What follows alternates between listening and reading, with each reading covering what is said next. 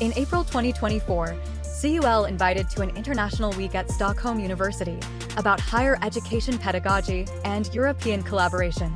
The participants were colleagues from 11 European higher education institutes.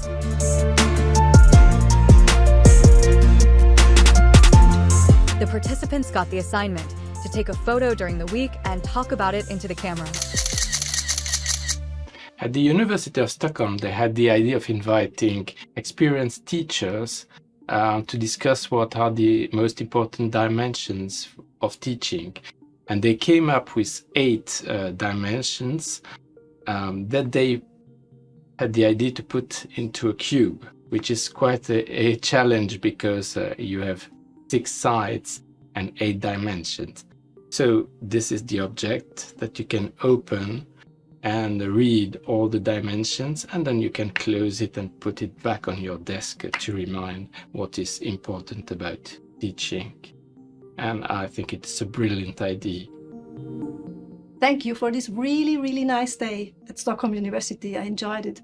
And I took this picture at Albano campus. And it was really nice, and it reminds me of the possibilities that we have, and then we can always go even higher and higher in higher education. And I also liked the Swedish saying, "Lätt att göra rätt." This is the tunnel that I cross every morning on my way to this meeting. I compare it with a life journey, but also with the process of understanding things, or even with learning, even though none of above are linear processes. But look at these arches, which are made of different materials than the structure. So these are special moments in our lives when experiences gathered on the way, people we met on the road, and also knowledge gained took on meaning and produced a transformation. Hi everyone. I have chosen this picture because I was amazed by the active learning classrooms that you guys have here, as many other great facilities at this university, but also because I feel that I've experienced much of active learning myself during these days with you, and I'm very grateful for that possibility. Thank you. On this picture, we had a very interesting discussion about AI at our first day. I'm very happy to be here, and everything that we have seen will be very useful to implement in Ukraine.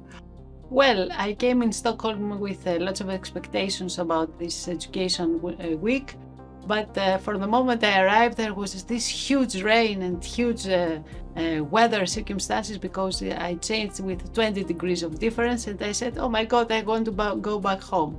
But after the start of the program, I felt so much at home that instead of Stockholm, I decided to call this a Stockholm, so a home of people that can make me reflect and bring more ideas to where I come from. So I value this experience very much.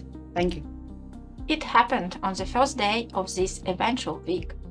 After a challenging trip from Ukraine to Stockholm, I had the opportunity to meet face-to-face with the entire Swedish youth team. It was also very important to present the results of our ECOS improvement projects to the participants representing cities universities. I chose this photo, which I took in the active learning classroom, first because I really liked the place. This classroom was really amazing, very made for flexible learning. And secondly, this slide with the share experiences illustrates really what we've been doing the past 2 days, exchanging, sharing our experiences, and really moving forwards with trying to improve teaching and learning in our respective universities. It was very exciting for us to transfer from the active learning lab into the woods with the images that were projected on the wall and the birds that surrounded us as sounds and the lighting that was dimmed.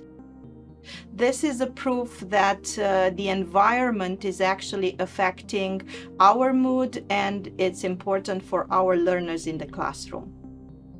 I chose this picture because I think it's a good reflection of the influence of architecture on the well-being and productivity of any users of the building. And here it's students, so it provides a very good learning environment. The sound management, even though it's in open space, was really, really good, and it was amazing to be able to go through different rooms, seeing different types of activities, people talking or people being silent, and still being able to work all together in such a wonderful environment. It was very well decorated as well, and I really believe that the architecture and humans are very, they need to work together if we want students to and teachers to work in a good environment and produce good quality teaching and learning. So this picture was taken yesterday in the Albano building, and I think it reflects well what we lived this last days. On the one hand, because we were tired at the end of each day because they were very intense days, and on the other hand, there was a very good environment between us, and we enjoyed very much of knowing each other and taking advantage of each other's expertise, and it was very enriching event. In the heart of Stockholm's embrace, beneath grand chandeliers glow, a Belgian man finds solace when Nordic breezes blow. He stands a gentle stranger in land so vast and sleek, an alien not in starlight, but in the Swedish tongue they speak. The chords of Englishmen in New York play softly in his mind, an echo of what's foreign, yet a rhythm that binds. An instructional designer in academia realm, a guest, crafting learning architecture in pursuit of knowledge quest. Amidst the scholar fortress, is craft an art unique, a legal alien shaping thoughts in pedagogy's mystic. In every line a story, in every plan a world, a Belgian man in Stockholm, his visionary flag unfurled.